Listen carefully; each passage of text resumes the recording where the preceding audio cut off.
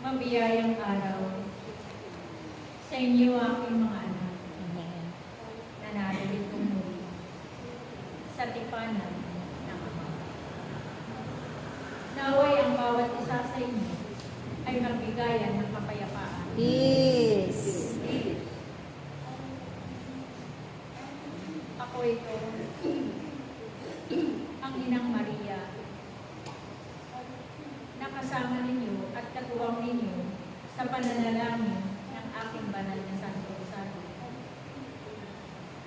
Ako'y nagpapasalamat sa inyo lahat sapagkat hindi ninyo pinalitaan ang pagdarasal ng aking banal na Santo Rosario. Sapagkat ito ang magiging daan ninyo upang kayo ay makamit ang kapayapaan at kaligtasan ng inyong mga buhay. Kaya nawa aking mga anak, huwag kayong hihinto sa pananalangin. Ako'y nananalangin sa paanan ng Diyos upang idalangin ko ang lahat ng inyong mga ipinapanalangin sa akin.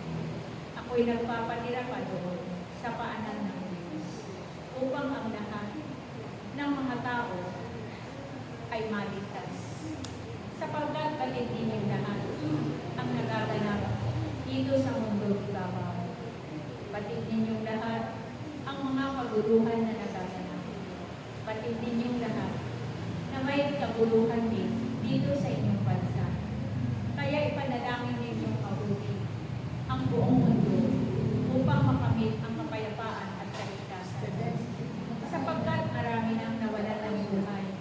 Kaya nawa ang bawat isa sa inyo, magpatuloy kayong manalangin. Manalangin kayo ng Santo Rosario, sapagkat ito ang magiging daan upang kayong lahat ay maligtas. Kaya nawa aking mga anak, magpatuloy lang kayo. Huwag kayong hihinto sa inyong paglilingkod. Patuloy lang nagampananin ang mga tungkulin na iniatang ng Diyos para sa inyong lahat. Mapalad kayo sapagkat kayo tinawag sa kanyang kawan. Kaya nawa anuman ang dinaranas ng bawat isa sa inyo, pag-uusik man o pagsubok sa kanilang mga buhay, huwag kayong hihinto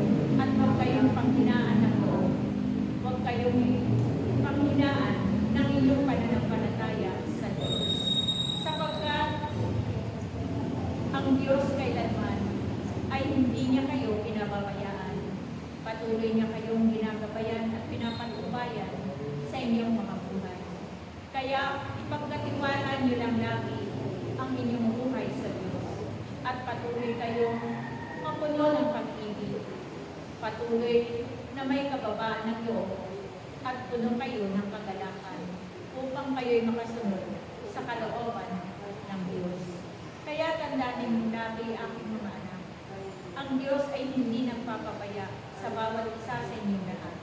Patuloy niya kayong binibigyan ng kalakasan, ng kagalingan sa inyong mga karamdaman.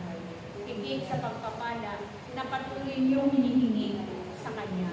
Kaya huwag kayong hihinto sa inyong paglilingkod. Patuloy kayong umasa sa Diyos at magtiwala sa Diyos.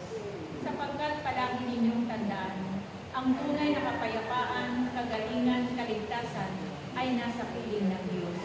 Kaya huwag kayong hihinto, aking mga anak. Magpatuloy lang kayo sa inyong paglilingkod hanggang wakas ng inyong mga buhay upang makamit ninyo ang buhay na walang hanggan.